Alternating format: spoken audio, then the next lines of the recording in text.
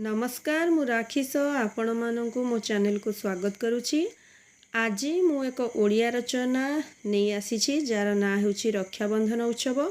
रक्षाबंधन उत्सव उपरे आपण अल्प बहुत जानिथिबे, तो चलंतु एही रचना आरंभ करिबा। उपक्रम। उत्कल रे 12 मासरे 13 पर्व पालित हुए। ओडिया माने विशेष भावरे पर्वपर्वाणी प्रिय होइथिबारु एगुडी को भल भावरे पालन करंती।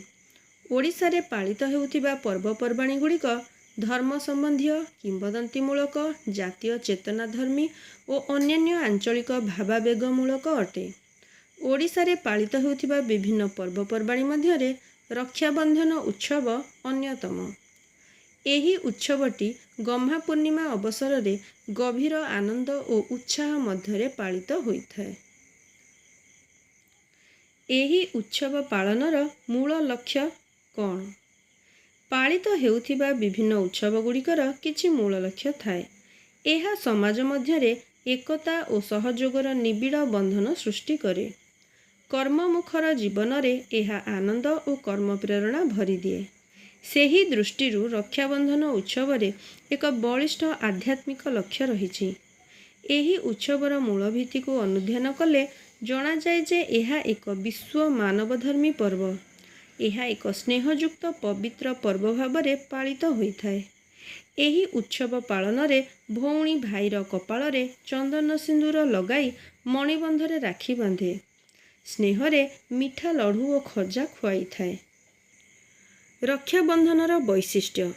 रक्षाबंधन उत्सव तथा गम्हा पर्व महाप्रभु श्री श्री जगन्नाथଙ୍କ श्रीमंदिर रे महा आडंबर रे पालित हुए। वैदिक अनुष्ठान मानकरे उपाकर्म संपादित हुए। एही उत्सव अवसर रे पाटरा वैश्य मानकर कौलिक पूजा अनुष्ठित हुए। एहा महाप्रभु श्री श्री बलभद्रଙ୍କ जन्मोत्सव होइथिबारु गोवंदना और गो पूजा अनुष्ठित होइथाय। रक्षाबंधनर आकर्षण।